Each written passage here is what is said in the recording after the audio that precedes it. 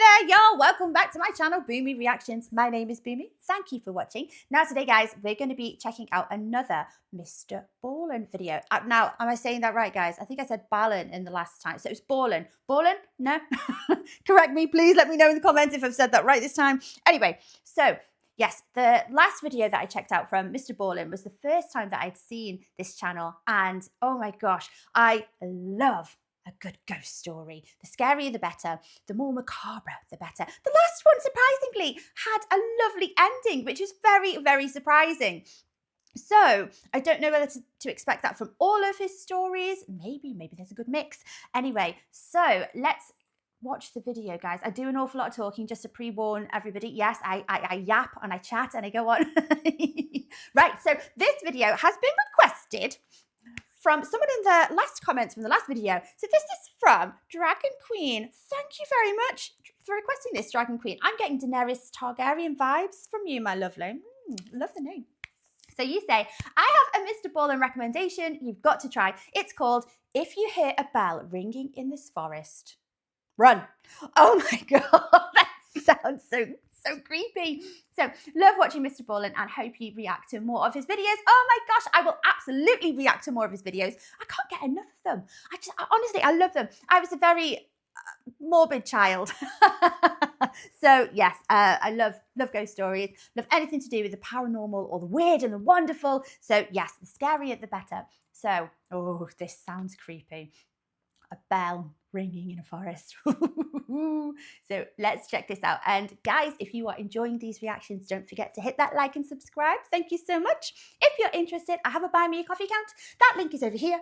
And I have a Patreon account if you wish to support my channel any further. And that link is in the description below. Today marks the beginning of our annual Scarathon, where for the entire month of October, all I do is tell you true, scary campfire stories. But before we get into today's story, if you're a fan of the strange, dark, and mysterious delivered in story format, then you've come to the right place because that's all we do, and we upload 2 or 3 times every week. So if that's of interest to you, please offer to sing at the Like Button's wedding for free, and then when it's time for their first dance, sing a rendition of Du Hast by Rammstein in an Australian accent. Also, please subscribe to our channel and turn on all notifications so you don't miss any of our weekly uploads. I think without context, that sounds like the most bizarre request from Mr. Ballen here. What? I love, so this was October last year, I'm assuming. I think maybe it could have been the year before. Got some cracking pumpkins going on here. Halloween, my favorite time of the year, obviously. The Morticia in me. That was my nickname when I was younger. Not a nickname. That was a pet name that my mum gave me and my sister. She called us Barbie and Morticia. Guess which one I was. I love the pumpkins going on here. I just adore carving pumpkins. It's one of my favourite pastimes. I only get to do it once a year though. It's very sad. Got some good ones going on here though. Mr. Ballen did say in his last video, I think, that he uploads videos once a week. So they've bumped it up to 2 or 3 times a week. And I'm very, very excited to hear that. All right, let's get into more the merrier.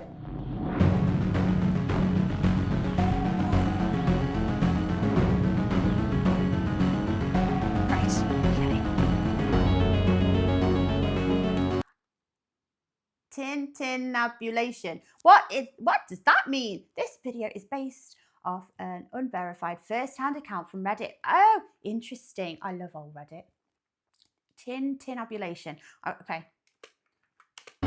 No idea. In June of 2019, an 18-year-old girl named Bella wrapped up her first year in college and headed home for the summer. Her family lived just outside of this small town in France that was tucked up in the mountains and surrounded by this huge forest. And so growing up, Bella spent a lot of her time out in this forest, either by herself or with her father or other members of her family. And so she knew the forest like the back of her hand. Her favorite place to go in this forest was the man-made lake that sat kind of at the center of this forest. It wasn't huge, but it was a beautiful view. It was very peaceful, and so she liked going out there. Oh, I bet this lake has got a gorgeous, very French-sounding name as well. What's the name of the lake? The way she would get to it is she would leave her house, she would hop in her car, she would drive a couple of miles down the road, and she would pull off into the shoulder of this road. And there was no signage that said this was the pull-off to get to the man-made lake. This was an area that she and her family had discovered, that there was this particular trail you could take. And so she would pull off at this shoulder, she would get out, and she would turn away from the road and just walk directly into the trees, which butted right up against the road. And very quickly, after walking into the woods, after going through some thick underbrush, she would reach this kind of clearing and she would see up ahead this little stream. And off to the left side of this stream is what looked like this kind of beaten up little footpath, but actually what it was an animal trail. So animals just kind of made their way around this area all the time, and so it kind of carved out a path. And so Bella would walk down to this animal path, and she would walk along the path that kind of went parallel with the stream, and she would walk for maybe 15 or 20 minutes until this animal path veered hard to the left, kind of went away from the stream. At that point, Bella would abandon the animal path and just continue walking along this stream, both stepping in the stream on some rocks and standing on either side when she could. And she would follow the stream due north, just going straight into the heart of this forest for about an hour, walking at a fairly leisurely pace until the stream connected with this east to west running river. And at this point, Bella would turn left, facing west, and she would follow along this riverbank about 20 minutes until the river fed into the man-made lake. And so she would stay at this lake, sitting on a rock, enjoy the view and look at the animals and listen to nature all around her. And then at some point she would turn around and retrace her steps all the way back to her car. For reference, one leg of this journey from car to lake or from lake to car took about 2 hours. I love how much of a great storyteller Mr. Ballen is. I've got these visuals. I can imagine in this that I'm doing the walk and I'm Bella. So I'm walking down here, veering off from that little animal trail and eventually coming out into the man-made lake and just sitting there and enjoying the views. And, you know, it's France, so I'm assuming that the weather's wonderful and it's lovely and warm. Part of the reason Bella really enjoyed being in these woods and being at this lake was because it just kind of felt like they were hers. Because up until this summer in 2019, the only other people that Bella had ever seen anywhere in this forest or near this lake were other members of her family. So it really felt very private. So in June of that year, Bella comes home from college and almost immediately she wants to go out to the man-made lake because she hasn't been in months. She's been in school, and so she's eager to get back to some place that she kind of considered to be her happy place. So one morning she gets up early and by herself, she leaves her house, she hops in her car, she drives the couple miles down the road, she pulls off onto that shoulder, she parks her car, she hops out, she turns away from the road, she walks into the forest, she finds the stream and starts walking along that animal path right to the side of the stream. She walks for a few minutes until she reaches the point where the trail kind of cuts to the left, and she just stays on the stream and is just continuing walking along the stream. And about 30 minutes later, when she was maybe 1 or 2 miles short of the east-west running river, she hears a bell somewhere off in the distance, way out in front of her, out towards the river. It sounds so again, excellent storyteller, Mr. Ballen here. So yes, we've got the repetition going on. So it's kind of cementing that in our minds. Yeah, this walk is done so many times. It's so familiar to her. It's a happy place. This is what she wants to do when she comes back. I love it. Sounds just like a chime, a single chime. And as soon as she hears it, she stops because there's never any people out here ever, and that bell sound came from somewhere in the forest. And so she stops because she's not really sure if she actually heard that, because it could have just been her mind playing tricks on her or something. And so she stops and just kind of listens for a second, and then she starts to hear this bell just continuously start ringing. Now, the ringing was not uniform. It was constant, but it was kind of sporadic, as if you were holding a bell and kind of ringing it randomly, manually, like you might see at a sports game. And so she's thinking to herself, you know, is there a dog that got lost somewhere up ahead and it's got a bell on its collar, and that's the sound I'm hearing? But as she's sitting there listening to this kind of sporadic bell sound, she's thinking, that's way too loud to be some rinky-dink bell on a pet's collar. So it's got to be something more robust. Did maybe somebody have a bell inside of a box, and that box got on the river and it's floated down river, and it's like, oh, maybe it's like I was picturing like a handheld bell.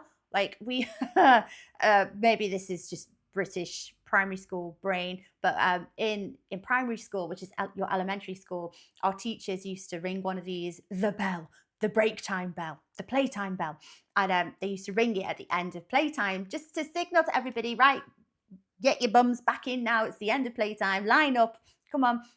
And everyone knew this bell as the bell. This is the teacher's bell. You don't even touch it. But that's the kind of bell that I'm imagining here. So sporadically, because you're manually ringing it, that, you know, it's not robotic. It's a ding-a-ling, ding, ding, ding, ding, ding-a-ling. You know what I mean? Crashing into rocks or something. I mean, she's going through these very strange scenarios in her head, but she's not concerned about the bell. She's actually pretty intrigued, and since the sound of this bell seemed to be coming from the direction she was already traveling, she decided she would just keep on walking and hopefully see whatever it was that was causing this bell sound. And so Bella just began walking along the stream again, kind of listening to this bell and thinking about what it was going to be. And after about 5 minutes of her starting to walk again, the bell just stops. It goes totally silent. And when it does, it actually kind of startles Bella because she'd been listening to it so intently. And so she stops and she's listening, kind of expecting it to go off some more, but it doesn't. All she hears are the sounds of nature all around her. Now, Bella didn't have an explanation for what the spell was or why it stopped, but she really just wasn't that worried about it. She figured there was some sort of explanation for it. There had to be. And so she just kind of shrugged and kept on walking and put her focus back on getting to the lake. Interesting. I was going to say, so I think that the sound of the bell suddenly stopping was probably a little bit more unnerving than the bell being, you know, the sound being there in the first place. Okay. About 10 or 15 minutes later, Bella was still walking along the stream. She was still maybe a half mile or a mile short of the east to west running river when she sees up ahead on the left side of the stream as she's walking, there appears to be something laying on the ground that looks like it could be an animal or a rock. She doesn't really know what it is. And as she gets closer, she realizes it's a beaver laying on the ground, and this beaver is missing its head. Now, this is a huge forest, and Bella would have known that, you know, of course, there are wild animals all over the place, and so finding the body of an animal that had been attacked by another animal was not unusual. That's nature. Oh, I know, but not that I've ever seen a beaver in person, but that would make me so sad. His head was missing. Oh. But what did strike Bella as odd was the cut on this beaver's neck was unbelievably neat and uniform, as if its head had been very carefully removed with a very sharp knife. And the beaver's head was nowhere to be found. It certainly did not have the appearance of having its head removed from some predator and its teeth. That would have been very rough. Also, the rest of the beaver's body was intact. So whatever killed this beaver was not interested in eating the beaver. As Bella stood over this beaver and was just staring at it, she also noted that there was no smell. Normally, when something dies, it begins to smell very quickly. It's part of the decomposition process. And so for there not to be a smell indicated to Bella that this beaver must have been killed fairly recently. And then when Bella kind of gently prodded the body with her foot, she realized the beaver's body was still fairly limp. So rigor mortis had not set in. Rigor mortis is another part of the decomposition process where the body kind of stiffens up. And that within like hours. So this has been a very recent thing. Ooh.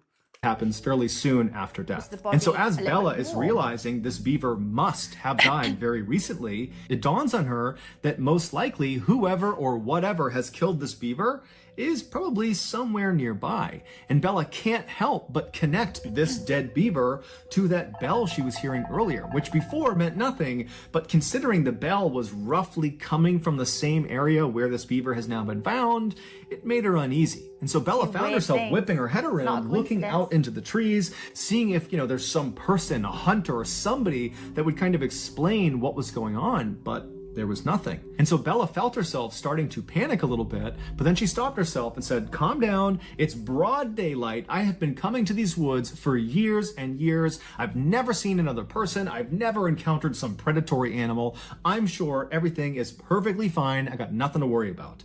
And so she stepped over the beaver and kept on walking. Bella would eventually reach the east-west running river. She would turn left and walk for 20 minutes alongside this river. She'd reach the man-made lake. She enjoyed the beautiful view and the scenery scenery, and then at some point she turned around and began retracing her footsteps. She walked past the beaver on the ground all the way back to her car, and she went home. A week later, Bella was sitting around her house when she felt pretty bored and decided kind of abruptly that in order to cure her boredom, she would go back to the place she loved so much, the man-made lake. And so she told her parents where she was going, and then she left the house, hopped in her car, drove to the pull-off and parked and entered the woods at 6 p.m. Sunset that night was at 9 p.m. and so Bella knew this would need to be a fairly quick turnaround so she didn't get trapped in the woods in the dark. And so sunset at 9 p.m. So what we're talking about, like kind of spring or fall time?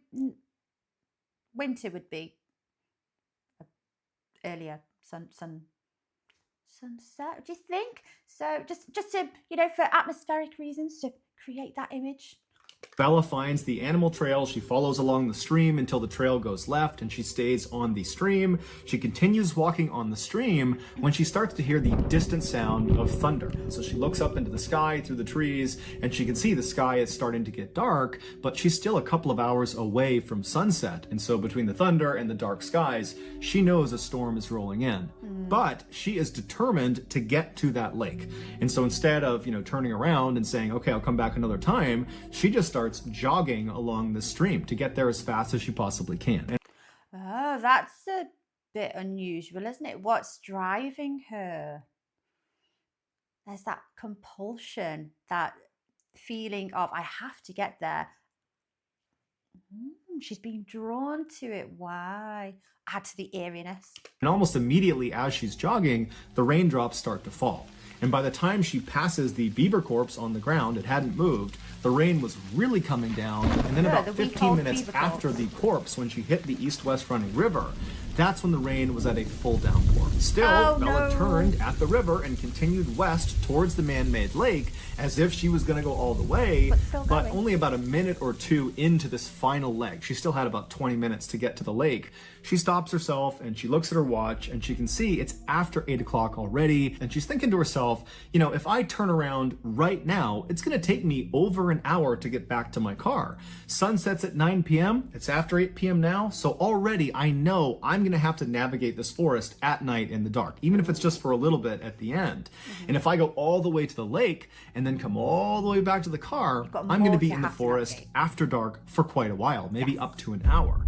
And she's thinking, you know, I'm confident I can do that, but it's also pouring rain. I'm cold. If I get lost, this could turn into a very bad situation. And so she ultimately decides that even though she really wants to keep going, she needs to turn around. She needs to head back. Why? And so she turns around and she walks back up alongside this east-west running river to where the stream fed into that river. She turns and begins walking south along this stream, headed back towards the car. On her walk, because the visibility was starting to get quite bad because it was so dark, she had her head down at the ground because she didn't want to trip. She's stepping on rocks. She's stepping on muddy areas. She wants to make sure her footing is solid.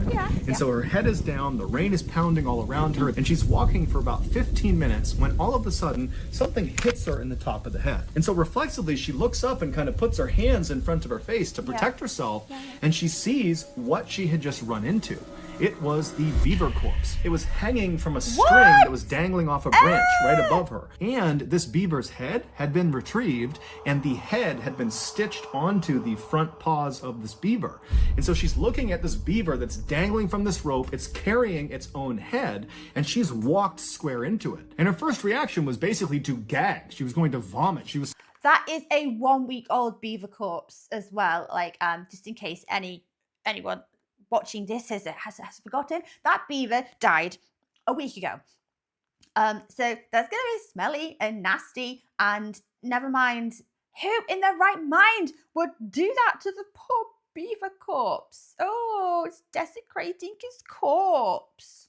So disgusted, and then she began frantically rubbing at her hair where this thing had made contact with her because there could be juices from the decomposition that got on her. And then after frantically kind of patting at her head for a second, she stops and something really terrifying dawns on her. Whoever strung this beaver up to this tree and then stitched its head onto its paws, they had done that in the last 30 minutes because 30 minutes earlier when she was on her way in, she remembered passing the beaver carcass on the ground. She saw it. It had not moved from where it was the week before when she first saw it. And now this beaver is strung up in the tree. And so as the wheels are turning in Bella's head, she realizes that if someone has just done this, then they are probably nearby. More terrifying than that, to add on top of it, if they were going to, for some bizarre reason, I don't know why on earth you would want to do this, but if you were going to display that gross corpse creation, you could, you could choose anywhere to have to hang that up, but they've specifically chosen the walkway, that path. So they want someone to come across it. They want someone to see their audacity, their very gross display. They've done that for it to be seen. Why? And at this point, it's really starting to get dark. The rain is pounding all around her, and she starts whipping her head around, looking in all directions to see if there's someone out there that did this. But as she's looking, all she sees is just dark forest in all directions. And she knows she's at least 1 hour, even if she runs from her car. And so suddenly, she is totally panicked. And in an effort to calm herself down, she says to herself, okay, I need to get out of here, but I have to walk. If I start running right now, this is going to turn into a complete nightmare. I just have to try to walk. And so she walks around this dangling beaver corpse and starts walking along the stream. And as soon as she's past that corpse, she feels the hairs on the back of her neck stand up. She can hear movement behind her. She doesn't know what it is. It could be a deer, it could be some animal, but she's too afraid to turn around. And even though she was trying to tell herself to calm down, just keep walking, you're safe, you're freaking yourself out, everything is okay. As she's walking, she could feel herself starting to speed up until finally she was just running down the stream, sprinting actually away from this beaver and whatever it was that was moving around in that area. You just would, wouldn't you? I don't think you could consciously control it at that point. Instinct would take over. And like I said, if the hairs on the back of your neck are standing on end, you're crapping your knickers. You're scared. You're going to run. And at some point, she got so winded from sprinting so fast that she came to a stop, maybe 5 or 6 minutes after seeing this beaver. And as soon as she comes to a stop and she's walking, she still hasn't turned around yet. She hears the sound of that bell. And right away, it's the exact same sound she had heard the week before. It's that kind of constant, sporadic sound of someone ringing a bell. But in her panic state, she doesn't know where it's coming from. She's so scared. Her anxiety is so high. She doesn't know if it's behind her or if it's off to the side. It's now completely dark out. And so she is full-blown terrified. There is someone or something behind her that has strung this beaver that's probably watching her, and she can't see them. Even though she's beyond winded, she can barely breathe. She just starts sprinting as fast as she can. And as she's stumbling and falling on the rocks and tripping because she's not really looking where she's going, in the background and all around her, she's hearing this bell chiming and she's hearing something moving around in the woods behind her. And she pulls her phone out of her pocket, her iPhone. And as she's running, she dials her father. She puts the phone to her ear. She's crying. She's panting. She can barely breathe. Her father picks up and she's so relieved to hear his voice, but she can't even make a sentence. She just starts crying and wailing and pleading with him. Dad, come out to the forest. Meet me at the spot where the trail veers away from the stream. Meet me there. There's someone in the forest that's chasing me and I can't see them. Her father on the other end of the phone, he didn't know what to make of this, but he could hear the primal fear in his daughter's voice. And so he didn't ask any questions. He said, stay on the line. I'm coming to meet you right now. So Bella's father and mother, with Bella on the line, they run out of their house. They hop in their car. They speed the couple miles down the road. They park next to their daughter's car. And as they're running into the woods, they can hear way off in the woods the sound of the bell. They can hear the bell. They hear their daughter screaming on the phone. They can hear the bell coming through the phone. And she's begging them to please come into the woods. Come in here. Save me. And so the parents run into the woods and they begin running up the stream. Meanwhile, Bella, who's way out in the woods, she's still 10 or 15 minutes away from her parents. She is barely able to run at this point. She's exhausted almost all of her energy. And as she's getting closer and closer to her parents, the sporadic bell sound is getting louder and louder and louder, like whatever it is gaining on her. And she can hear behind her all these sticks and branches. They're breaking as if something is coming up to her. Is behind her. And finally, when it feels like this bell is right right behind her head, she just kind of stops in defeat. She's too far away from her parents. She can't get to them in time. And so it was almost like she had to turn around and finally look at whatever it was that was behind her. And so terrified beyond words, Bella, who can barely breathe, she's so scared and so tired, she slowly turns around. Now, when she turns around and she's facing the other direction, she's looking across this clearing. She just happened to run past this clearing, and because it was a clearing, there was a little bit of moonlight that was coming down through the trees, just enough to illuminate this space that was about 50 feet wide. And as she's looking across this clearing, at first, she doesn't see anything. And then this tall, dark figure walks into the clearing, and as soon as it steps in, she can see it's got a bell at its waist, and with every step it took, it would violently ring the bell, causing the ringing sound. And so this thing starts moving into the clearing, and as Bella is staring at it, it was like time slowed down. She could not process what she was looking at. She didn't know what she was looking at. All she knew is whatever or whoever this is, they're coming straight at me. And so Bella suddenly got this unbelievable adrenaline rush. It was like her body went into autopilot to save her. And she turned around and began sprinting faster than she'd ever sprinted in her life. And as she ran, all she could hear was the sound of that bell, which she now knew represented steps this thing was taking. And so the bell was getting faster and faster and louder, and she knew it was gaining on her. And she began lying and screaming out loud that, "I'm on the phone with the police. They're right up ahead. They're going to be here any moment." But whatever it was that was behind her, they weren't phased. They were just charging ahead, gaining on her second by second. Meanwhile, her parents had made it to the meeting spot, but her father, he felt like, I can't just sit here. And he just starts charging into the woods. He can hear his daughter screaming. He can hear this bell getting louder and louder. He just starts running towards it. And sure enough, seconds later, he sees his daughter come bounding out of the forest, and she leaps into his arms. He just grabs her, turns around, and runs with her back to the meeting spot. He grabs his wife, and the three of them just charge out of the forest, back to the parking lot, back in their car, and they speed off. In the car, all of them are crying. They don't know what to make of what just happened. Bella's trying to describe it, but she can't. And her parents, they had been on the phone listening to their daughter screaming, and all they kept saying to each other, the parents, was, "I heard the bell. I heard the bell. I heard the bell," as if the bell confirmed their worst nightmares, that there really was someone or something out in those woods that was trying to do harm to their child. They would drive straight to the police station where Bella would file a report about what she experienced out in the forest, and then afterwards her parents, as a precaution, took her to the hospital where she was determined to be okay, besides some bumps and bruises from falling down. The following morning, the police went out to the forest, to the area where Bella had explained where she had been, and they searched all along that animal foot trail and all along the stream, but they never found any sign of this dark figure with the bell. Bella would tell police that she had a handbag, and as she was running back, she dropped the bag. She remembered where she dropped it along the stream, but when the police went to that area, the bag was gone. Also, the beaver was no longer there. It was not tied up to the tree. It was not on the ground. It was gone. The only thing police found that was out of the ordinary was they found a little ways off from the stream, basically along the path that Bella would have been running on, they found a t-shirt neatly folded placed underneath a rock. But the police and Bella and her family have no idea what that signifies. Ultimately, the police told Bella and her family that more than likely what she ran into was some kind of mentally unstable person that was living out in the woods, and perhaps when Bella came into the woods, they felt like she was on their property, and so they kind of tried to scare her off.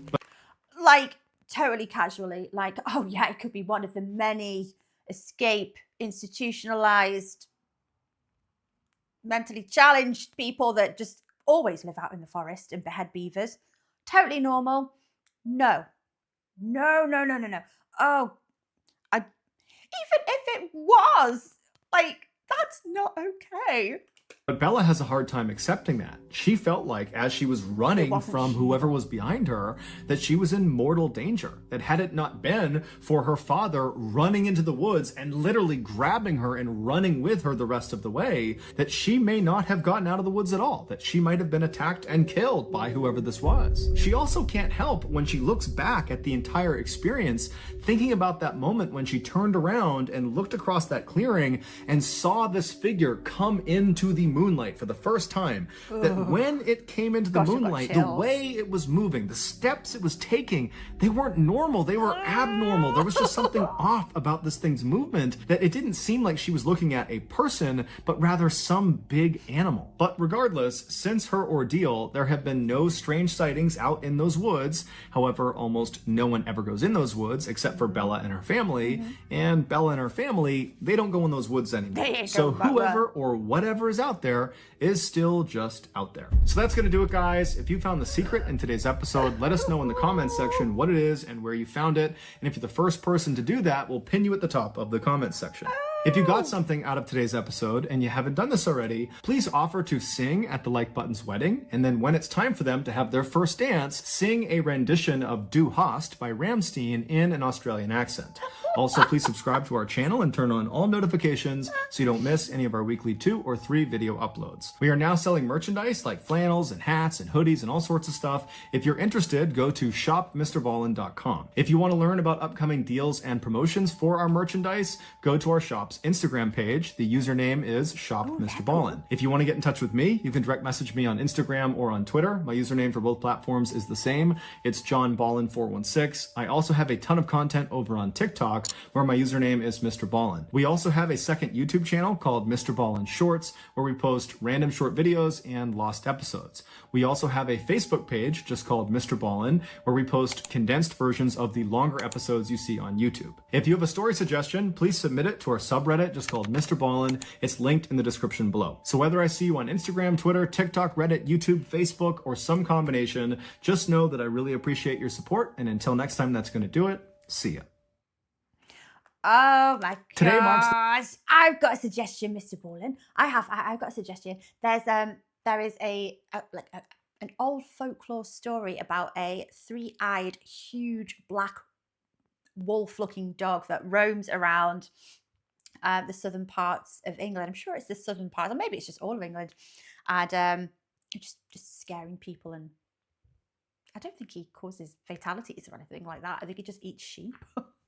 But it's creepy. He's meant to have a third eye here. I'm sure his name is Black Shuck, if I remember that properly. So that would be an interesting one. Anyway, oh my gosh, guys, I don't know whether it's just Mr. Ballen's ability to tell stories, and just he's very, very good at it. It's so atmospheric, and obviously the imagery helps, doesn't it, that we see in the videos. But at the end, I'm cold. Like my blood ran cold. I have got chills, goosebumps. Oh God. I am well and truly creeped out. That has freaked me out. How did you guys find that story? Did it give you the chills as well? Oh my gosh. Again, the imagery helps. It absolutely helps. So Bella is adamant this thing that was following her just wasn't human. No, don't fob me off, please, with saying it could have been a deranged person living out in the forest. No, that's not what it was. This felt maybe humanoid, but not human. Ooh. A tall figure. Oh, gosh. Oh, that is so, so creepy. Do you know? Again, amazing storytelling ability from Mr. Ballen. It reminds me quite a bit of my dad. When we were younger, he used to tell us these campfire kind of stories, not around a campfire because we were not campers. But he used to tell us stories about, he made them up as well, completely made them up. But he used to tell us the most convincing stories about a ghost that haunted our house. Absolutely scared the bejesus out of us. I mean, we laugh about it now, but, you know, childhood trauma and everything. But amazing storytelling, so atmospheric. I'm so locked in and just hanging on his every word. It's amazing. So love it. Brilliant, brilliant stories. I need to watch more. Guys, I hope you enjoyed watching along with me. I was going to say, I hope that chilled you to the bone, but that sounds almost like a threat. I hope you found that as creepy and spooky as I did. Take care of yourselves, my lovelies. And thank you once again to the wonderful Dragonqueen for requesting that video. Excellent, excellent request there. Take care of yourselves, my lovelies. And I'll see you next time. Bye-bye.